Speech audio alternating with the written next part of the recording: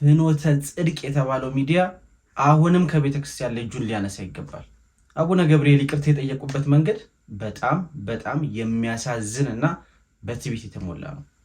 ቅዱስ ሲኖዶሱ በዚህ ጉዳይ ላይ ከዚህ በኋላ ማንም ሰው እንዳይዳፈር አድርጎ ማሰር መቻል አለበት። በገንዘብ የተገዙ ብዙዎች ናቸው። በዚህ ጉዳይ ላይ እንዴት ያሉ የዋሃንና ንጹሃን ቅዱሳን ምእመናንን ከልብ ይቅርታ ጠይቃለሁ። ጥያቄ ለመቀበል ፈቃደኛ አይደሉም። ነገር ግን የራሳቸውን ሊናገሩ የፈለጉትን ብቻ ተናግረው ነው የወረዱት። ሰላም ጤና ይስጥልኝ የተግባር ሚዲያ አድማጭና ቤተሰቦቻችን በሙሉ ዛሬም በተለያዩ አዳዲስ ሰበርና ልዩ ጉዳዮች ወደ እናንተ መጠናል። ያልተሰሙ መረጃዎችን ተሰምቶም ደግሞ ማብራሪያ የሚፈልጉ ጉዳዮችን ይዘን ነው ወደ እናንተ ብቅ ያልነው።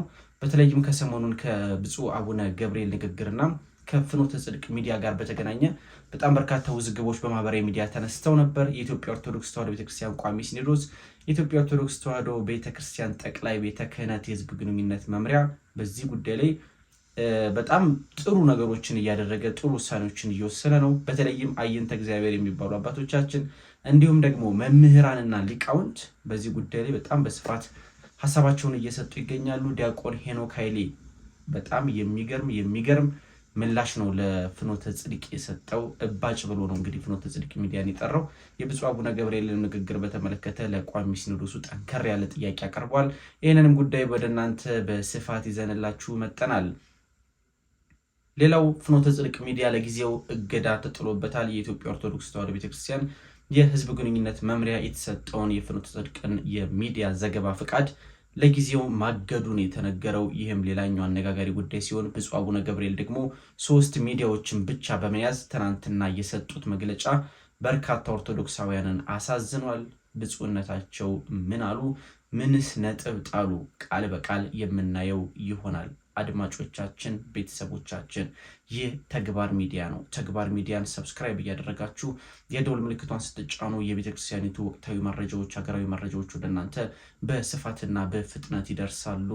ተግባር ሚዲያ ቀዳሚ ምርጫችሁ ይሁን። ሀሳብ አስተያየታችሁን ኮሜንት ላይ ያስቀምጡልን። ላይክ እያደረጋችሁ ደግሞ አበረታቱን። አብራችሁን ቆዩ። ፍኖተ ጽድቅ የተባለው አወዛጋቢ ሚዲያ ለጊዜው መታገዱን የተሰማው ይህ የመጀመሪያው መረጃ ነው። በትናንትናው ዕለት የኢትዮጵያ ኦርቶዶክስ ተዋሕዶ ቤተክርስቲያን የህዝብ ግንኙነት መምሪያ ቢሮ ነው ለፍኖተ ጽድቅ ሚዲያ ሰጥቶት የነበረውን ጊዜያዊ ፍቃድ ያገደው ማለት ነው። እንግዲህ ልብ ብላችሁ እዚህ ጋር ኦርቶዶክሳውያን የምትመለከቱት ነገር ፍኖተ ጽድቅ ይህ የመጀመሪያው አይደለም።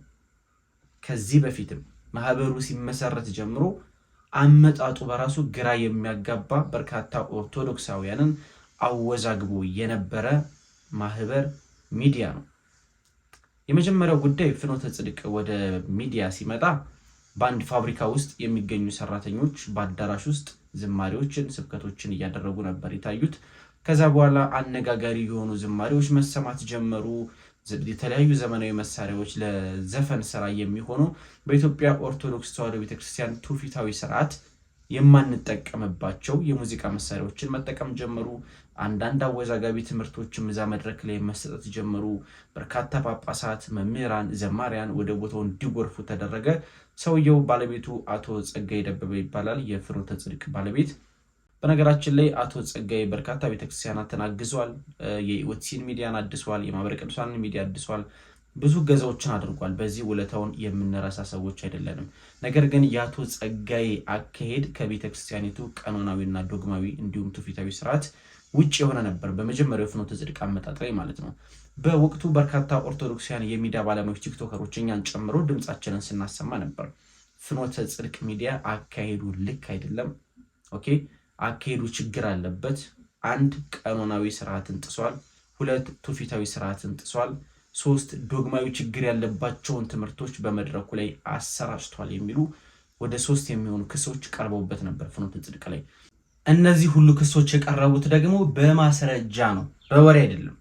ቀኖና ጥሷል ሲባል በቪዲዮ፣ ዶግማ ጥሷል ሲባል በቪዲዮ፣ ትውፊቱን ጥሷል ሲባል በቪዲዮ ማስረጃ ነው። ስለዚህ ፍኖተ ጽድቅ ላይ የተደራጀ ክስ ነበር የቀረበው። የቤተክርስቲያኒቱን ስርዓት አልተከተለም የሚል ቅሬታ ነበር የቀረበው። ታዲያ ይህንን ተከትሎ አንዳንድ ሰዎች ጥብቅና ሊቆሙለት ሞከሩ። የመጀመሪያው ስራ እሱ ነበር። ፍኖተ ጽድቅ ራሱን ለመከላከል ነበር የሞከረው። ምንም ጥፋት እንዳልሰራ ራሱን ለመጠበቅ ነበር የሞከረው። ነገር ግን እዚህ ቲክቶክ ላይ ያሉ ኦርቶዶክሳውያን ወንድሞችና እህቶች ደጋግመን በመጮህ ፍኖተ ጽድቅ በመጨረሻም ሳይወድ በግዱ ወደ መስመር እንዲመጣ ተደርጎ ነበር። እዚህ ጋር መሰመር ያለበት ነገር በወቅቱ አቶ ጸጋዬ ፍኖተ ጽድቅ ሚዲያን ወክለው ይፋዊ ይቅርታ ሲጠይቁ አንድ መግባባት ላይ ተደርሶ ነበር። መግባባቱ ምንድነው? ከዚህ በኋላ ፍኖተ ጽድቅ ደግሞ ስህተቱን ቢሰራ ዝም እንደማንል፣ አንድ ይቅርታ ጠይቋል ተብሎ እንደማይታለፍ በደንብ ተነግሮት ነበር ወደዚህ መስመር የተገባው። ከዛ በኋላ ፍኖተ ጽድቅ በይፋ ይቅርታ ጠየቀ። ዩቲዩብ ላይ ተጭኖ የነበሩ የኦርቶዶክስ ስርዓትን ያልጠበቁ ዝማሬዎች ከዩቲዩብ ገጽ ላይ እንዲወርዱ ተደረጉ። በሙዚቃ መሳሪያዎች ጭምር መዝሙር ይሰራ ስለነበር የሙዚቃ መሳሪያዎቹ ተቃጥለው እንዲወገዱ ተደረገ። ፍኖተ ጽድቅ በይፋ ይቅርታ ጠየቀ። በዚህ መንገድ ነው እንግዲህ ከቅድስት ቤተክርስቲያን ጋር ታርቆ ስራውን ይቀጠሉ። አሁን ደግሞ ያሳለፍነው የስቅለት ቀን በራሱ በፍኖተ ጽድቅ ሚዲያ የተላለፈው የኑፋቄ ትምህርትን ተከትሎ ድጋሚ ፍኖተ ጽድቅ ሌላ ጥያቄ ምልክት ውስጥ ገብቷል። በነገራችን ላይ እንደ ቅድስት ቤተክርስቲያን ስርዓት በሕማማት ሳምንት ለዛውም ደግሞ በዕለተ ስቅለት አዳራሽ ውስጥ ጉባኤ ማድረግ፣ አዳራሽ ውስጥ ትምህርት ወንጌል ማዘጋጀት በጣም ነውር ነው። በጣም ነውር ነው። ራሱ የሚዲያውም ሊቀ ጳጳሱም ተገኝተው መልእክት ያስተላለፉት ሌሎች እንግዶችም እንዴት ሰው በሕማማት ጊዜ አስችሎት ቅድስት ቤተክርስቲያን ስግደት በሚሰገድበት ጊዜ ሱባኤ በሚገባበት ሰዓት ኪራ ላይ ሲሆን ማረን ይቅር በለን በሚባልበት ጊዜ በአዳራሽ ውስጥ ተሰብስበው ለዛውም ደግሞ የኑፋቄ ትምህርት ለማስተላለፍ መሰባሰባቸው በጣም የሚያስገርም ነገር ነው። አንዱ ቅሬታ ይሄ ነበረ። ፍኖተ ጽድቅ ላይ የቀረበው ቅሬታ ይህንን የኑፋቄ ትምህርት ሳያርም ሳያስተካክል እንደወረደ በሚዲያው መልቀቁ አንድ ትልቅ ጥፋትና ፍኖተ ጽድቅ ምን እያደረገ ነው እንድንል ያደረገን ጉዳይ ነው። ሁለተኛው ደግሞ በፍኖተ ጽድቅ አዳራሽ ውስጥ እንዲህ አይነት የኑፋቄ ትምህርት እንዲሰጥ ማድረጉ አይ ቲንክ ሚዲያው የሚፈልገው ነገር እንደሆነ የሚያሳይ ነገር ነው። ማንን ለማስደሰት ተብሎ ነው ያ ሁሉ ኑፋቄ እመቤታችን በቅድስት ድንግል ማርያምና በጌታችን ላይ እንዲነገር የተደረገው? ማንን ለማስደሰት ነው? የሚደሰት ሰው አለ ማለት ነው በዛ ጉዳይ፣ በዛ ንግግር፣ በዛ ትምህርት።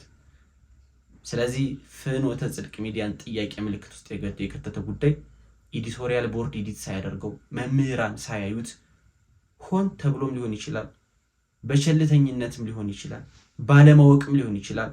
እሱን የልብና የኩላሊታቸውን የሚመረምረው እግዚአብሔር ያውቀዋል። ብቻ ግን ቪዲዮ እንዲተላለፍ መደረጉ ትልቅ ስህተት ነው።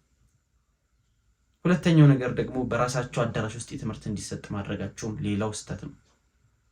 ወደ ብፁዕ አቡነ ገብርኤል ጉዳይ ስንመጣ ብፁዕነታቸው ትናንትና 3 ሚዲያዎችን ሰብስበው ይቅርታ ጠይቀዋል። ልክ የይሁዳን አይነት አካሄድ ነው የሄዱት። ይሁዳ የብልጠት አካሄድ ነበር የሄደው። ንስሐ መግባት ሲችል በቀጥታ እንደ ጴጥሮስ ማልቀስ ሲችል ግን በጎን በብልጠት ነበር ለመጽደቅ የሞከረው።